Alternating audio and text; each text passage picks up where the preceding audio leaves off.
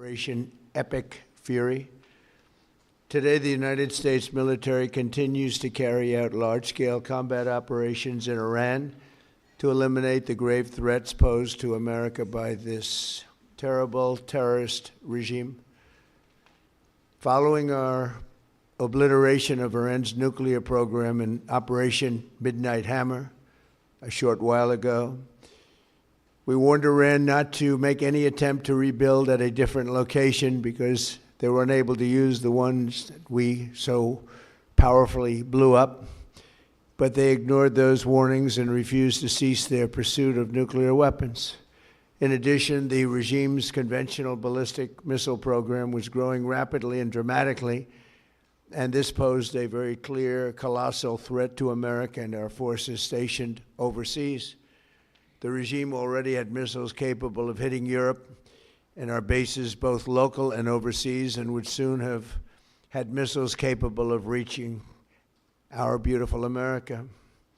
The purpose of this fast-growing missile program was to shield their nuclear weapon development and make it extraordinarily difficult for anyone to stop them from making these highly forbidden by us nuclear weapons. We were the ones that were complaining. We were the ones that wanted it stopped, but everybody was behind us. They just didn't have the courage to say so.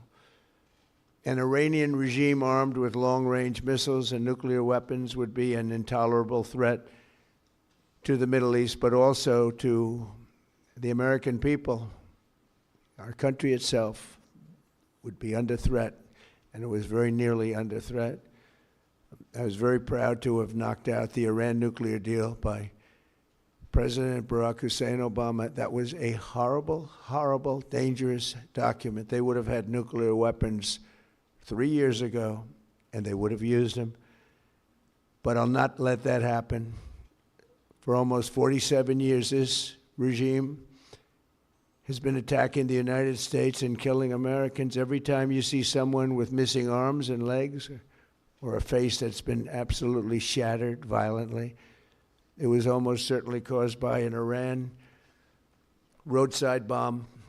They were put there by General Soleimani, who was the father of the roadside bomb. Very proudly, he thought, but I terminated him in my first term. This was our last best chance to strike what we're doing right now and eliminate the intolerable threats posed by this sick and sinister regime. And they are indeed sick and sinister. Our objectives are clear. First, we're destroying Iran's missile capabilities, and you see that happening on an hourly basis, and their capacity to produce brand new ones, and pretty good ones they make. Second, we're annihilating their navy. We've knocked out already 10 ships. They're at the bottom of the sea. Third, we're ensuring that the world's #1 sponsor of terror can never obtain a nuclear weapon, never going to have a nuclear weapon. I said that from the beginning. They're never going to have a nuclear weapon. They were on the road to getting one legitimately through a deal that was signed foolishly by our country. And finally, we're ensuring that the Iranian regime cannot continue to arm, fund, and direct terrorist armies outside of their borders. And we thought we had a deal, but then they backed out. And they came back, and we thought we had a deal, and they backed out. I said, you can't deal with these people. You got to do it the right way. Today, we grieve for the 4 heroic American service members who have been killed in action and send our love and support to their families. In their memory, we continue this mission with ferocious, unyielding resolve to crush the threat this terrorist regime poses to the American people, and a threat indeed it is. We have the strongest and most powerful, by far, military in the world, and we will easily prevail. We're already substantially ahead of our time projections, but whatever the time is, it's okay. Whatever it takes, we will always. And we have, right from the beginning, we projected 4 to 5 weeks, but we have capability to go far longer than that. We'll do it whatever Somebody said today, they said, oh, well, if the president wants to do it really quickly. After that, he'll get bored. I don't get bored. There's nothing boring about this. Do you agree with that, Pete? I don't think there's anything, Mr. General. I think there's nothing boring about it. Somebody actually said from the media, I think he'll get bored after about a week or two. No, we don't get bored. I never get bored. If I got bored, I wouldn't be standing here right now, I guarantee you that, to go through what I had to go through. We also projected 4 weeks to terminate the military leadership, and as you know, that was done in about an hour, so we're ahead of schedule there by a lot. But please join me in thanking every American service member who bravely is standing in harm's way. They really are incredible, and I just want to thank you. We have a lot of them right here. Thank you very much. Thank you.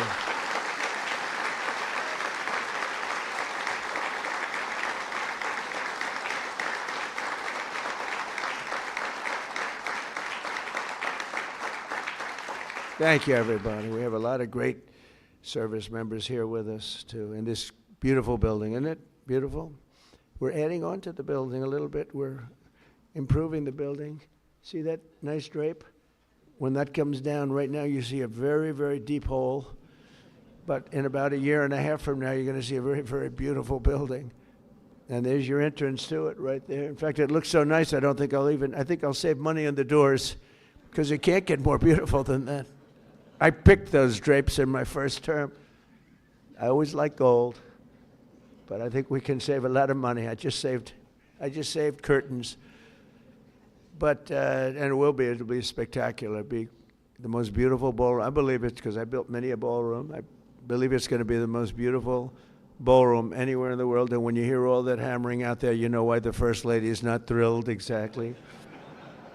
She said, will the pile drivers ever stop? You know, they go from 6 in the morning till 11:30 in the evening. Can you imagine? Here? You know what? To me, that's a beautiful sound. She doesn't like it. I love it. You know what? To me, other than here, because we're donating it, not a penny to the taxpayer. It'll be under budget, ahead of schedule. It'll be $400 million or less. Most people say $400 million or more. No, it'll be less.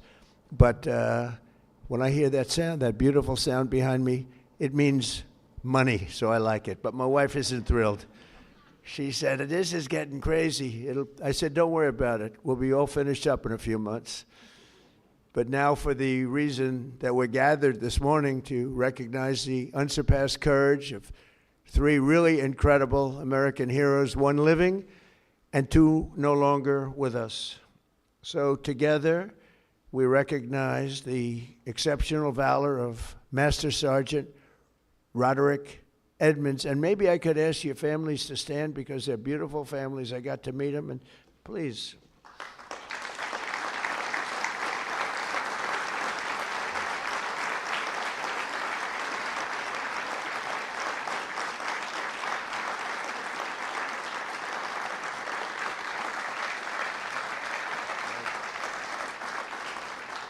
So Staff Sergeant Michael Ollis and Command Sergeant Major Terry Richardson, as they receive our nation's highest military award, the Congressional Medal of Honor. And we're pleased to be joined by Secretary of War Pete Hegseth. He's busy, very busy guy. In fact, I said, if you want, Pete, you can avoid it. General Raisin Cane also, and they said, we don't avoid this one. This is one you wouldn't avoid for anything, right? So we appreciate that you're here. Secretary of Veterans Affairs, who's doing an incredible job, Veterans Affairs, Doug Collins. Doug, thank you. You stand up, Doug. You're doing such a good job. 92% approval rating. Chairman of the Joint Chiefs of Staff, General Dan Kane, who's known as Raisin Kane. I liked him when I heard that name, Raisin Kane. I said, if it's true, you're my guy. And it's true. It just turned out it's very true. He's a great guy and a great general. Secretary of the Army, Dan Driscoll, and Army Chief of Staff, Randy George. Thank you. Thank you both, Dan. As well as Senators Tom Cotton, Bill Hagerty. You guys were great on television this weekend. I'll tell you what, can't have a better representative than both of you. Thank you very much. And Representatives Tim Burchett, Jack Bergman, and Nicole Maliotakis, and we have a few others sitting here, but I'm not going to go through it because we have far more important people to honor today. Oh, we have Tom Holman. I got to at least mention Tom Holman. I would be stand up, Tom. What a job. Zero people coming in. We had millions and millions of people pouring into our country now that, I mean, I'm not even sure I can believe this number is zero, but it is given out by Democrats. Democrats from the last, and they're rated for the last 9 months. We had 0 people come illegally through our border. Right, Tom? So I want to thank you very much. And I also want to salute 6 former Medal of Honor recipients: William Swenson, Jim McLuhan, Walter Marm, Thomas Paine, Sammy Davis. That's an interesting guy. Where is Sammy Davis? We have a big story here, Sammy. You've heard that all your life, I'll bet, huh? And Edward Byers. Stand up, please.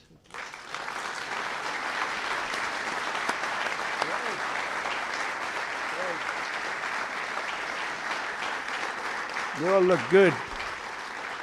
We all look good. We remember the ceremonies. All great. It's a great honor. There's no greater. I tried for myself. I've tried numerous times to get one by myself. I keep getting shut down. They say, you can't do it, sir. Bad protocol. Very bad. I would say the worst. But I'm only kidding. You don't have to say I'm only kidding. Otherwise, the press will come out with it, which they actually did once. Donald Trump wants a Congressional Medal of Honor, but he's been shut down. But now you are brave, amazing people. And I want to thank you all. In 1941, Roddy Edmonds of Knoxville, Tennessee, enlisted in the U.S. Army and soon rose to one of the youngest master sergeants in the military. In 1944, he sailed to Europe to fight in World War II, and he was so enthusiastic and young and full of vim and vigor. Roddy soon found himself on the front lines of the Battle of the Bulge. That was a big one. Massively outnumbered by enemy forces, his 1,200 soldier unit fought valiantly until they were completely overrun. The force was massive on the other side, many times the number. After a 4-day death march, one that was covered very well by the history books, through bitter cold, they were put into a German POW camp.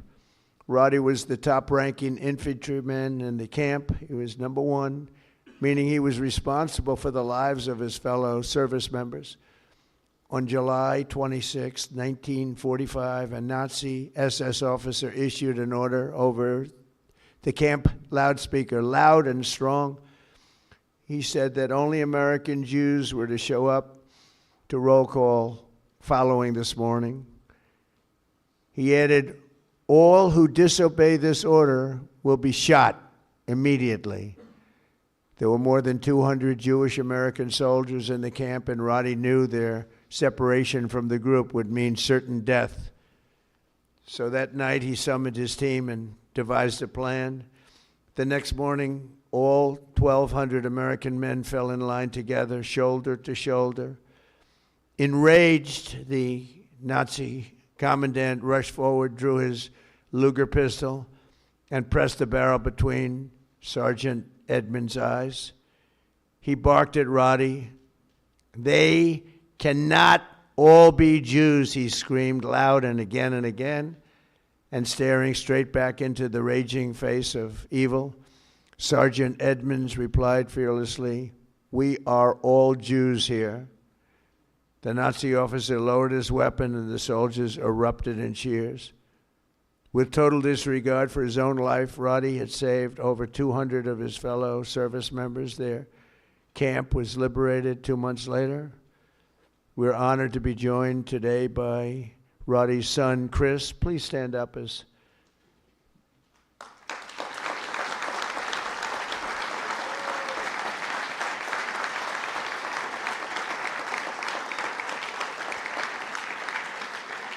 Thank you, Chris.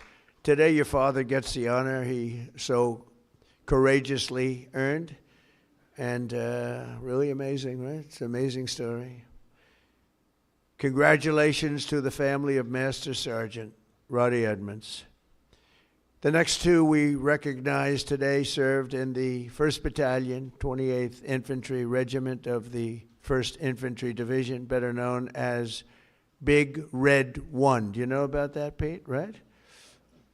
Command Sergeant Major Terry Richardson, we are honored to have you with us. On September 12, 1968, 102 brave men of Terry's Alpha Company were asked with securing Hill 222 deep behind the enemy's line in Vietnam. They didn't know it at the time, had no idea, but the area was totally infested with nearly 300 enemy bunkers and many, many enemy soldiers, far outnumbering them by at least 4, 5, even 6 to 1. As Terry led Lima Platoon up Hill 222, the enemy launched an ambitious and violent attack, unleashing a withering fire of machine guns and rocket-propelled grenades. Just didn't stop, just kept coming. Pinned down in hell on earth, Terry summoned unimaginable courage. 3 times he exposed himself to enemy fire to rescue severely wounded comrades, and 3 times he dragged them back to the group. Terry soon realized that the 82 remaining men had one chance of survival, and that was air support.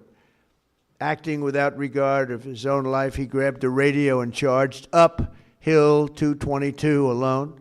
He needed to be there. It was the only place you'd get reception. He withstood a storm of enemy bullets, eventually reaching the top, where he spent the next 8 hours calling in tactical strikes, completely exposed. An hour in, an enemy sniper shot rang out and the bullet tore through his right leg violently. He was in bad shape, but Terry disregarded that and pushed through.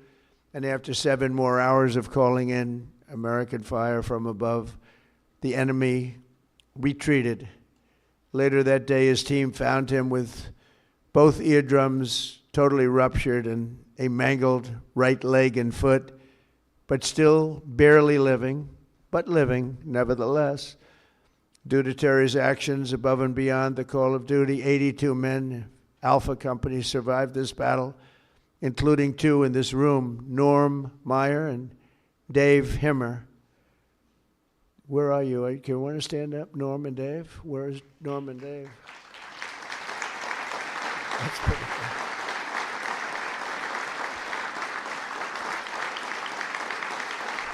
Pretty good.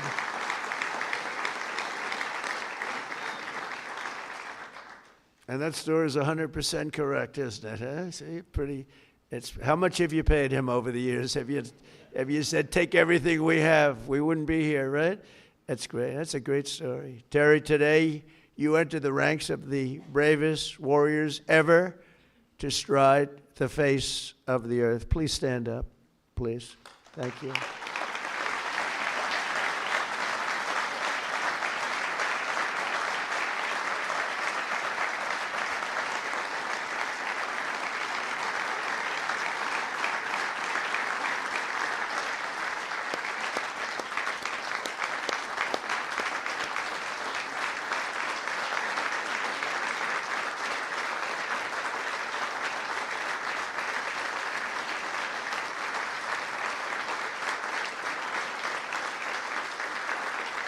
That's great, Terry. That's a great, brave man. I met him back there. He said, he's central casting. Look at him. He looks great. He looks great. You feel like fighting? I think we could take him today. What do you think, Pete? We'll make a little deal with him, as you are a brave man. Finally, we honor one more American soldier, a fallen warrior of world, of wars, and really terror. Staff Sergeant Michael Ollis, born in 1988 on Staten Island. Michael grew up seeing the World Trade Center across the bay. I know Staten Island so well. The people in Staten Island are amazing. After 9/11, Michael enlisted in the Army, and by 24 years old, he was locked in. He loved it. He wanted it so badly. He was a squad leader serving in Afghanistan with the 2nd Battalion, 22nd Infantry Regiment, 1st Brigade Combat Team of the legendary 10th Mountain Division. On August 28, 2013, terrorists detonated a 400-pound car bomb on the east wall of the forward operating base, Ghazni, ripping open a 60-foot wide breach into a compound that housed NATO coalition forces, a lot of them. 10 Taliban fighters wearing suicide vests swarmed through.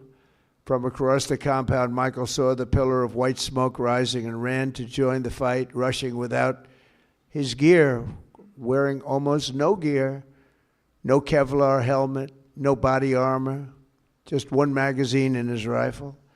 Along the way, he encountered a Polish soldier, and together they advanced under heavy fire, very, very heavy fire. At one point, shrapnel ripped through the Polish soldier's legs, rendering him unable to walk, very, very severely hurt. In that chaos of gunfire, explosions, and charred human remains, a terrorist insurgent appeared, rounding a corner with his suicide vest, fully armed, and you could see it. It was going to happen. He charged the wounded Polish soldier without hesitation. Michael raised his gun and forced himself between the insurgent and the man he just met, shielding him with his own body. He knew it was going to happen. He shielded him with his own body. You know, bravery's amazing. You never really know who's brave, who's not, until they're really tested. We think some people are brave, Pete, and they're not. We think others aren't, and they are. You never know. But he was tested. That's called the ultimate test, right? And at perhaps his final heartbeat, Michael fired his weapon, and the terrorist detonated his vest simultaneously. Staff Sergeant Ollis was killed just weeks before his 25th birthday, and nobody was any more brave than that. In his final act on earth, Michael absorbed the blast, sparing the life of that Polish warrior, who we are grateful to have in the room with us today, Second Lieutenant Carol Sierpika. Carol Sierpika. Where are you, Carol? Hey.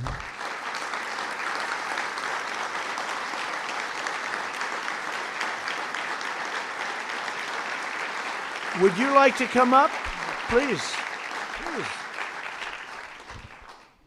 I'd love to have you come up. Thank you, Carol.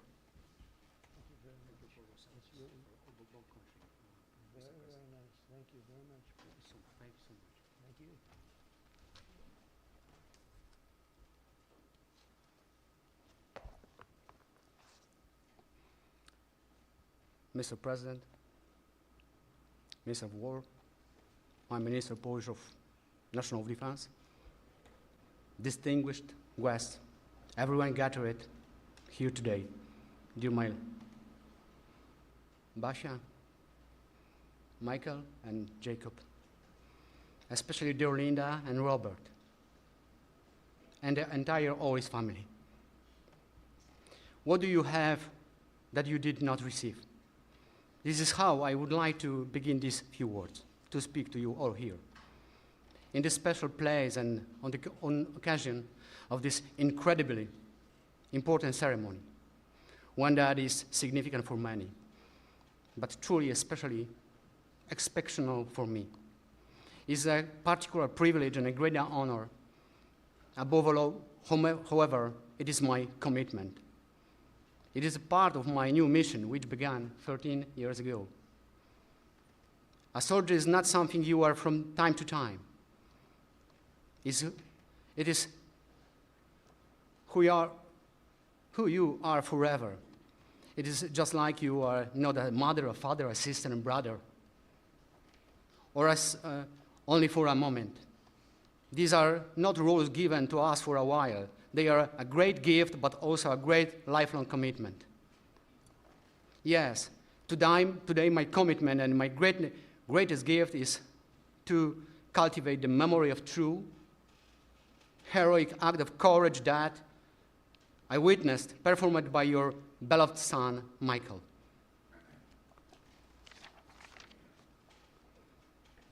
please forgive me if my words have not fully captured what I truly feel today. However, sometimes words are simply not enough. I'm deeply moved, happy, and grateful to God for my service, for my parents, for my family, for my beloved homeland Poland, for my second family from Staten Island, and for my second homeland America. God bless you all. Michael, thank you for your service, and I will see you in our heavenly homeland. Thank you for your service. Thank you so much.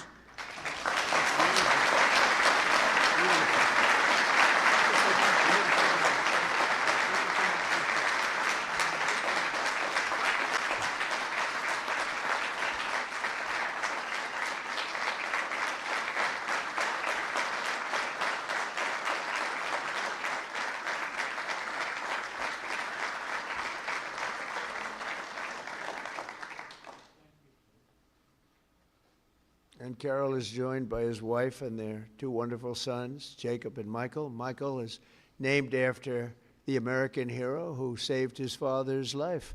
So stand up, Michael. Let me see.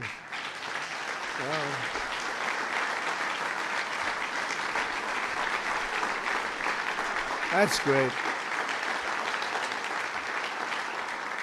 We're also pleased to be joined by several members of the Polish government, including representatives of the president, who I think is a fantastic man, by the way. I must be honest with you. I endorsed him and he won, and he came from behind, he won, and he was the biggest story in Europe, and he's going to be a great president. He already is. But as well as Poland's Minister of Defense, to honor the blood and sacrifice that has helped seal the Polish-American bond. We have a great bond. We have a great relationship with your country.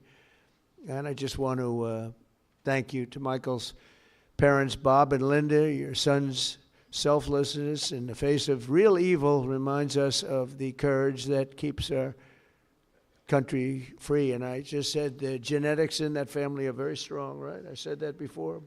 All three families, I said, good. I see some of the young ones today. And I said, you have good genes. They were asking me, what does that mean? I said, don't worry about it. You'll figure it out. But you have the best genes you can have, actually. So thank you for giving America your beloved son. And now I would like to ask the military aide to come forward and read the citations, and then we will do the honors. Thank you all very much. This is a tremendous honor for me to be here. Thank you. Please, military aide.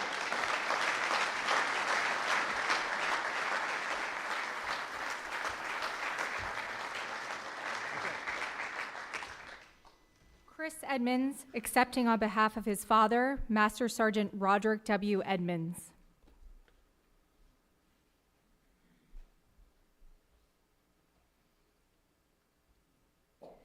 The President of the United States of America, authorized by Act of Congress, March 3, 1863, has posthumously awarded in the name of Congress the Medal of Honor to Master Sergeant Roderick W. Edmonds, United States Army.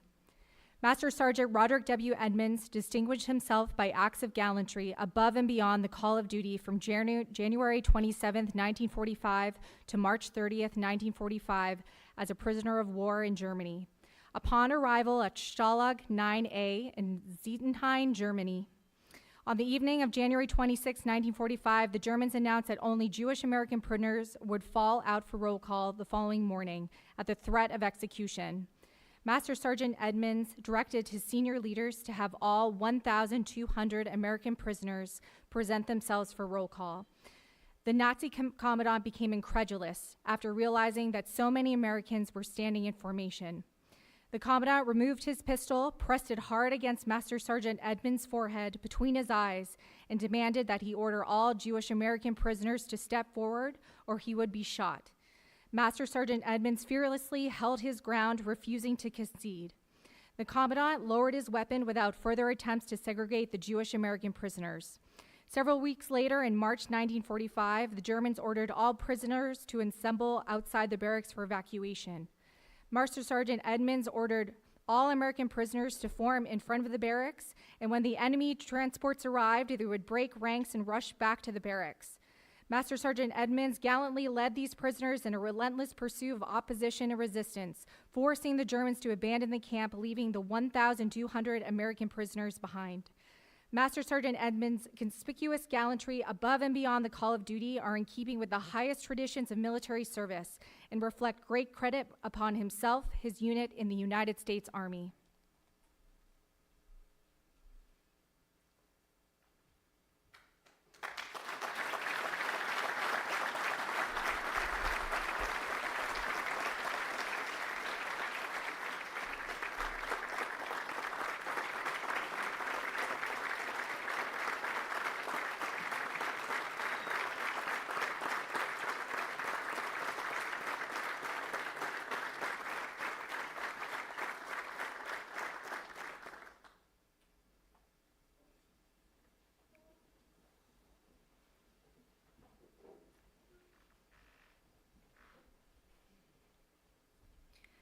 Command Sergeant Major Terry P. Richardson.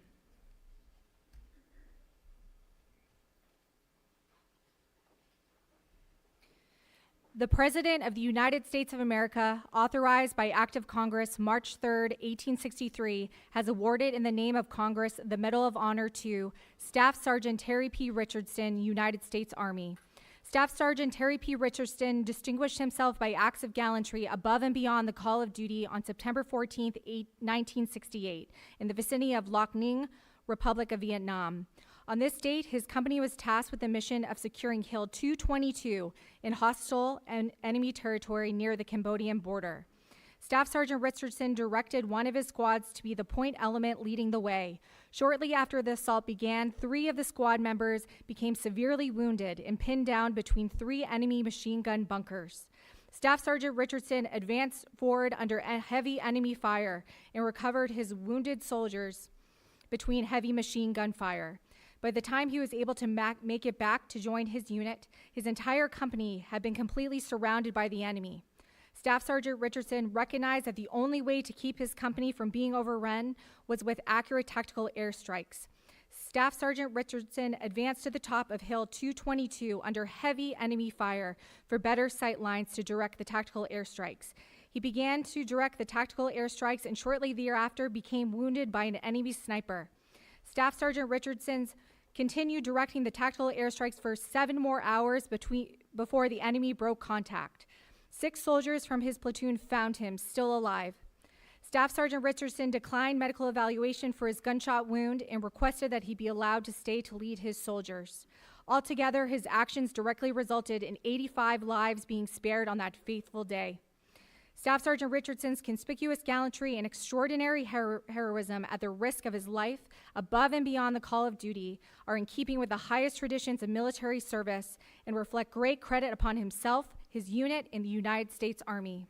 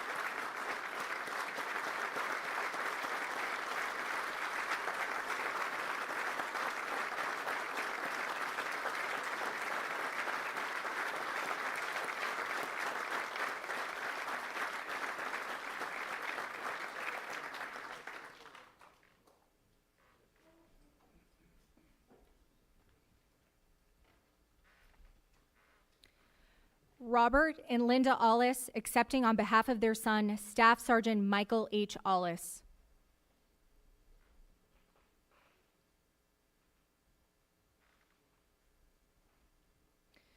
The President of the United States of America, authorized by Act of Congress March 3, 1863, has posthumously awarded in the name of Congress the Medal of Honor to Staff Sergeant Michael H. Ollis, United States Army. Staff Sergeant Michael H. Ollis distinguished himself by acts of gallantry above and beyond the call of duty on 28 August 2013 in Afghanistan. On this date, a complex enemy attack involving multiple vehicle-borne improvised explosive devices, suicide vests, indirect fire, and small arms fire was launched against Forward Operating Base Hanzi. Staff Sergeant Aulis ordered his fellow soldiers to move to bunkers to shield themselves from enemy fire. After accounting for his soldiers, he moved toward the enemy force that had penetrated the perimeter of the Forward Operating Base. Staff Sergeant Aulis located a coalition forces officer, and together they moved toward the point of attack, armed with only their rifles. Upon reaching the attack point, they linked up with other friendly forces and began a coordinated effort to repulse the enemy. While under continuous fire, Staff Sergeant Aulis moved from position to position, engaging the enemy with accurate and effective fire. While fighting along the perimeter, an insurgent came around the corner. Staff Sergeant Aulis fired on the insurgent and incapacitated him, but as he approached the downed insurgent, the insurgent's suicide vest detonated and mortally wounded him. Staff Sergeant Aulis' exceptional courage and complete disregard for personal safety were in keeping with the highest traditions of military service and reflect great credit upon him, his unit in the United States Army.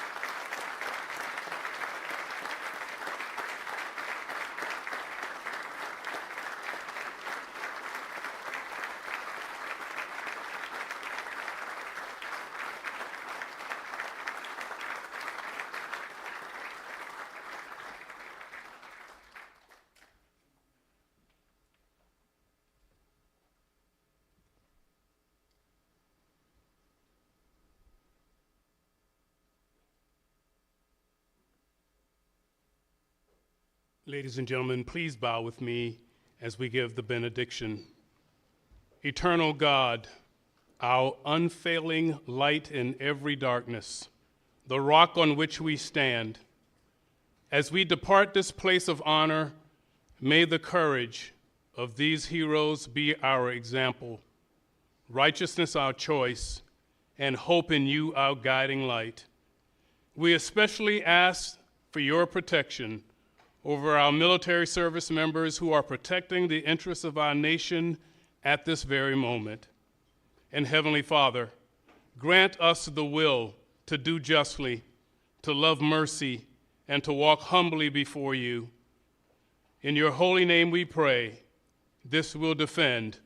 Amen.